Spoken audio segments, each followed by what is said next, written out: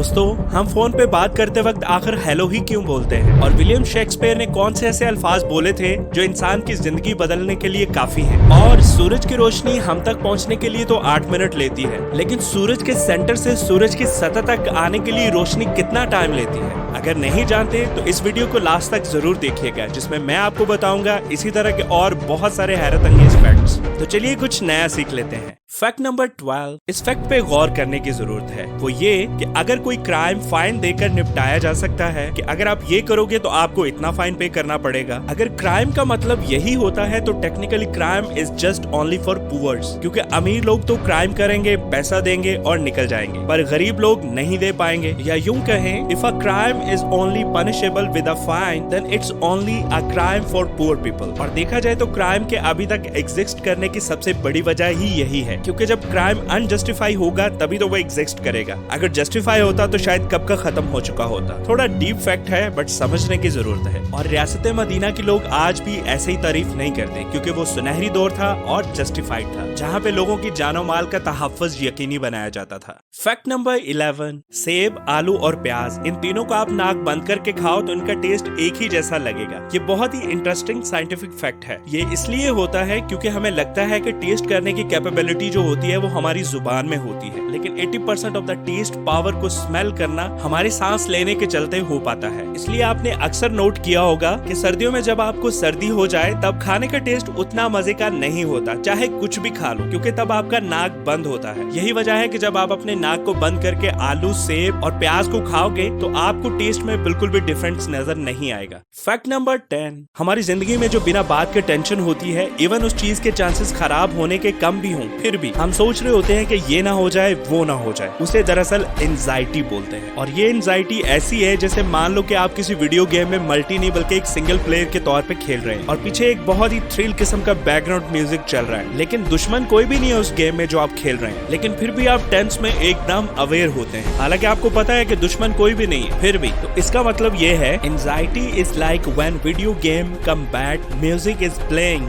But you can't find any enemies. So इसलिए मेरे भाई कम सोचा करें, खुश रहें और एंजाइटी से थोड़ा दूर ही रहें। फैक्ट नंबर 9, अगर आप किसी पपी को देखें तो आपके दिल में उसके लिए बहुत ज्यादा प्यार आता है और आपको वो बड़ा क्यूट सा, बड़ा प्यारा सा लगता है। सेम वैसे ही फीलिंग हाथी को तब आती है जब वो इंसानों को देखता है। They think we are cute. आपको नहीं था ना पता इस फैक्ट के बारे में, तो इस पे एक लाइक तो बनता है ना यार। फैक्ट नंबर 8, विलियम शेक्सपियर ने कहा था, मैं हमेशा खुश रहता हूँ। पता है क्यों? क्योंकि मैं दूसरों से कुछ एक्सपेक्ट नहीं करता, कुछ उम्मीद नहीं रखता। उम्मीदें हमेशा चोट पहुंचाती हैं। जिंदगी बहुत छोटी है, इसलिए अपनी जिंदगी को प्यार करो, खुश रहो और हंसते रहो। दूसरों को ओवर वैल्यू करने की बजाय खुद के लिए जीना सीखो और बोलने से पहले सुनना सीखो, लिखने से पहले सोचना सीखो, खर्च करने से पहले कमाना सीखो, खुदा से दुआ करने से पहले दूसरों को माफ करना सीखो, हार मानने से पहले जरूर ट्राई करो और मरने से पहले अपनी जिंदगी को जरूर जियो। देखिए ना कितने खूबसूरत और सादा अल्फाज कहे उस इंसान ने,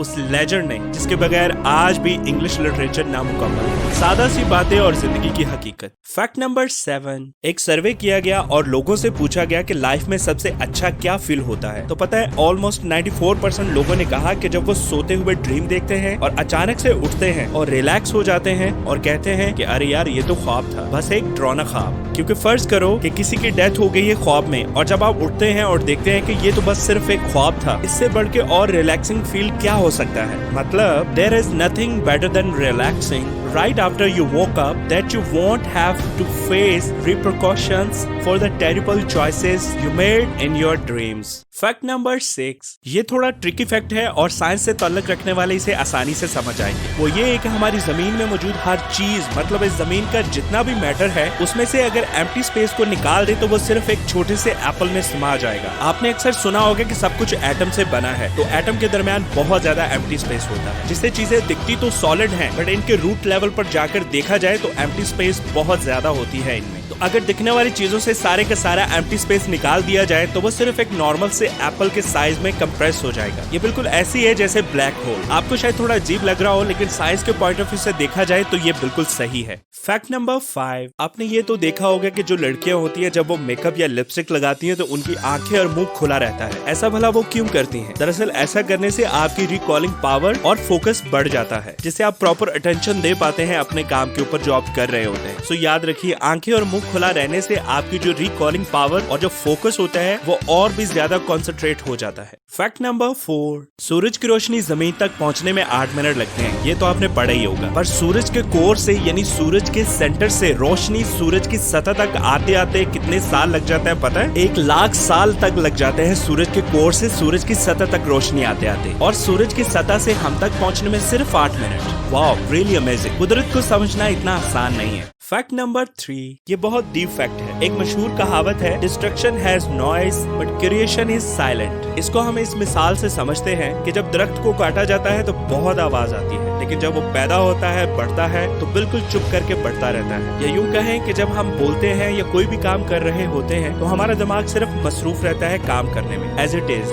पर वहीं जब हम आराम करते हैं, चुप रहते हैं और सोचते हैं, तब हमारा दिमाग बहुत ज्यादा आइडियाज को क्रिएट करता है। अब देखिए ना, सर आइजैक न्यूटन ऐसे ही दरख्त के नीचे बैठे कुछ सोच रहे थे, तभी एक एप्पल उनके सर पे गिरा और उन्होंने ग्रेविटी की बुनियाद को समझा, जिसपे आज दुनिया की हर चीज टिकी हुई है। तो इसका मतलब ये निकला कि silent is more powerful than other things. इसलिए तो मेडिटेशन में साइलेंट को प्रेफर दी जाती है, क्योंकि ये आपकी दुनिया को बदल देने के लिए सच में बहुत है। फैक्ट नंबर 2, अगर आप बुजुर्ग और साधु लोगों से तालीम लेना चाहते हो तो आप उनके पास जाओगे और बोलोगे कि जिंदगी गुजारने का सबसे अच्छा तरीका क्या है। तो ऐसे ही एक इंसान ने किया और वो बहुत सारे दरवेश लोगों के पास गया और सर्वे किया कि वो लोग आखिर क्या असूल बताते हैं जिंदगी गुजारने के। तो 80% बुजुर्ग और दरवेश लोगों ने एक ही बात कही, वो ये, जब आप गुस्से में हो तब किसी को रिप्लाई मत करो। जब आप बहुत खुश हो तब आपको खुशी खुशी में जल्दी से किसी को भी कोई प्रॉमिस नहीं करना चाहिए, और जब आप दुखी हो तब कोई भी बड़ा फैसला नहीं लेना चाहिए। वैसे इन्हीं खूबसूरत बातों को अगर हम अपनी रेगुलर लाइफ में इम्प्लीमेंट करें तो बहुत सारी प्रॉब्लम से बचा जा सकता है। क्या कहते हैं आप? मुझे कमेंट में जरूर बताइएगा। फैक्ट नंबर 1, हम फोन उठाते हुए आखिर हेलो ही क्यों बोलते हैं? अब आप सोच रहे होंगे कि टेलीफोन के इन्वेंटर अलेक्जेंडर ग्राहम बेल की गर्लफ्रेंड का नाम मार्गरेट हेलो था और उसी के नाम पे ग्राहम बेल ने बोला कि अब से सब लोग जब भी फोन उठाएंगे तो हेलो बोलेंगे। तो आपको बता दूं, ये सिर्फ एक मिथ है,